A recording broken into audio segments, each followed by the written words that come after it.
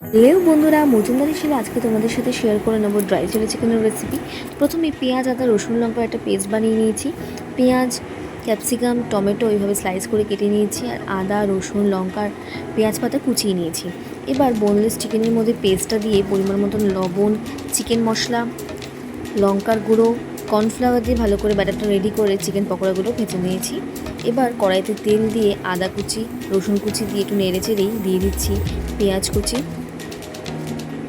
লঙ্কা কুচি, ক্যাপসিকাম কুচি আর সামান্য পরিমাণে পেঁয়াজ পাতা দিয়ে ভালো করে নেড়ে চেড়ে দিয়ে দিচ্ছি এক এক করে সয়া সস, চিলি সস আর টমেটো সস দিয়ে ভালো করে নেড়ে চেড়ে দিয়ে দিচ্ছি টমেটো কুচি দিয়ে ভালো করে নেড়ে চেড়ে এবার দিয়ে দিচ্ছি চিকেন মশলা, একটু নেড়ে চেড়ে দিয়ে দিচ্ছি ভেজে রাখা চিকেন পকোড়াগুলো দিয়ে ভালো করে নেড়ে চেড়ে এবার দিয়ে দিচ্ছি 2 চামচ কর্নফ্লাওয়ার ঠান্ডা জলে গুলিয়ে সেই মিশ্রণটা দিয়ে দিচ্ছি।